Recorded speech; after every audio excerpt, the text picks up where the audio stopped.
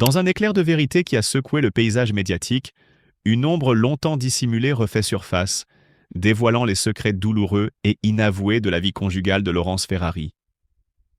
Loin des projecteurs qui l'ont toujours vue comme une figure forte et affirmée, derrière le sourire que l'on lui connaît se cache une réalité bien plus sombre.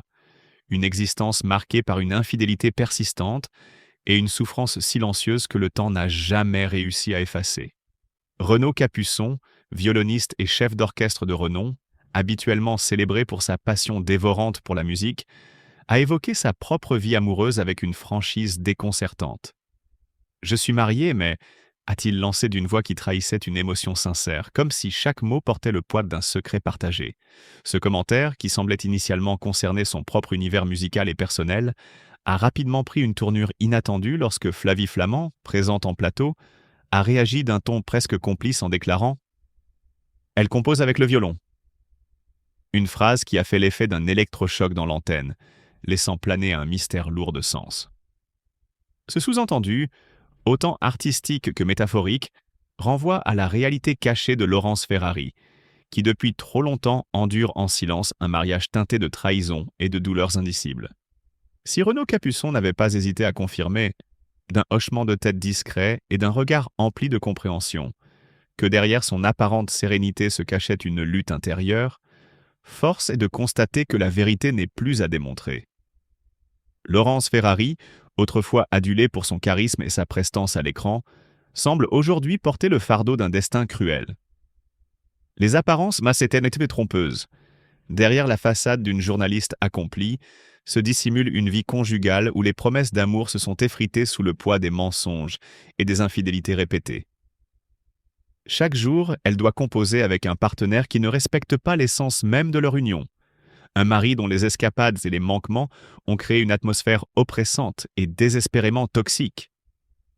Le contraste est saisissant lorsqu'on le compare à l'univers lumineux et passionné de Renaud Capuçon, pour qui le violon, instrument vieux de plusieurs siècles, son précieux violon datant de 1737, une relique dont il se dit chanceux et qui incarne la perfection de son art, est bien plus qu'un simple outil de travail. C'est le reflet de son âme, le symbole d'un amour pur et inébranlable pour la musique. Les confidences de Capuçon en direct ont révélé une ironie douloureuse. Alors qu'il évoquait sa propre vie amoureuse en précisant, avec fierté, l'harmonie qu'il entretient avec sa compagne, il a indirectement jeté une lumière crue sur le contraste saisissant avec la réalité de Laurence Ferrari. « Je vis en musique, je me laisse porter par chaque note, chaque vibration », m'a-t-il expliqué, exaltant l'expérience transcendante qu'il éprouve lorsqu'il joue du violon, un instrument qui, selon lui permet de s'évader des contraintes de la vie quotidienne. Mais derrière cette passion débordante se cache un message implicite pour ceux qui connaissent l'histoire de Laurence Ferrari. Alors qu'il était capable de transformer l'adversité en art, elle se trouve piégée dans une existence où la douleur et la trahison semblent être les seules mélodies répétées jour après jour. Ce parallèle entre deux mondes, l'un illuminé par la musique et l'autre assombri par le deuil et la trahison, jette une ombre sur le monde de la télévision française.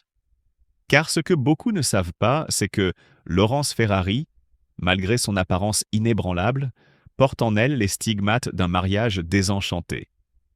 Les rumeurs ne sont plus à faire. L'infidélité qui gangrène son quotidien n'est pas un secret bien gardé, mais plutôt une douleur silencieuse qu'elle tente désespérément de cacher derrière des apparences de réussite et de professionnalisme.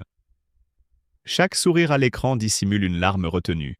Chaque intervention semble être le fruit d'un combat intérieur contre une détresse que personne ne soupçonne vraiment.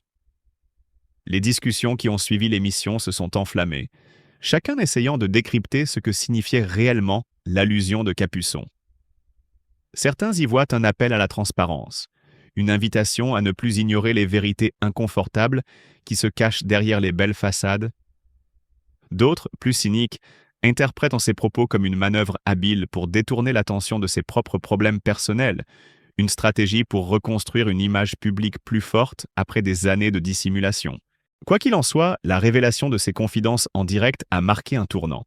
Le voile sur la sombre réalité du mariage de Laurence Ferrari semble enfin se lever, révélant un tableau bien plus complexe et douloureux que ce que l'on pouvait imaginer. Tandis que Renaud Capuçon continue de célébrer l'harmonie et la beauté de sa vie en musique, les téléspectateurs se retrouvent face à l'énigme de Laurence Ferrari, une femme qui, malgré toute sa prestance, endure en silence le fardeau d'un amour dévoyé et d'une trahison quotidienne. Ainsi, dans un mélange d'émotions intenses et de vérités dérangeantes, le public découvre enfin une facette méconnue de la journaliste, une femme en lutte contre ses démons intérieurs et qui, peut-être, aspire à un jour retrouver la lumière au milieu des ombres qui l'entourent. La question reste en suspens. Saura-t-elle un jour libérer sa voix et briser définitivement le silence qui pèse sur sa vie conjugale? Seul l'avenir le dira, mais pour l'instant, les échos de cette confession résonnent comme une sombre mélodie dans l'univers impitoyable de la télé-réalité française. Depuis des années, Laurence partage la vie du violoniste virtuose Renaud Capuçon. Un couple qui, en apparence, incarne l'harmonie et la passion. Pourtant, au fil du temps, une ombre s'est glissée dans cette relation, un spectre silencieux qui grignote peu à peu l'âme de la journaliste. Le violon. Ce n'est pas une autre femme, ce n'est pas une liaison cachée, mais un amour si dévorant qu'il en devient exclusif.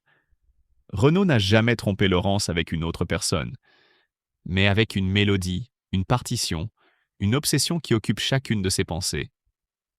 Dès les premiers instants, il avait prévenu. Dans une interview accordée à Paris Match en 2016, il confiait déjà son admiration pour sa femme, cet éclat qu'il avait perçu en elle dès leur première rencontre. J'ai tout de suite été séduit par son aura, ce mélange de douceur et de très forte présence. J'ai toujours aimé les femmes de caractère. Une déclaration enflammée, sincère, mais qui cachait une vérité plus insidieuse. L'amour qu'il lui portait ne pourrait jamais surpasser celui qu'il voue à son violon. Laurence l'a compris, elle a tenté de l'accepter. Née dans une famille de musiciens, elle connaît cette dévotion, cette ferveur qui transcende les relations humaines.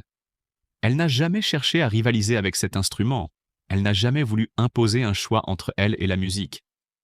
Mais aujourd'hui, alors que les années ont passé, alors que les notes de violon résonnent inlassablement dans leur foyer, elle ressent le poids de cette solitude qui ne dit pas son nom. Il joue toujours. Ses doigts courent sur les cordes, son archet caresse les âmes, et pendant ce temps, Laurence attend.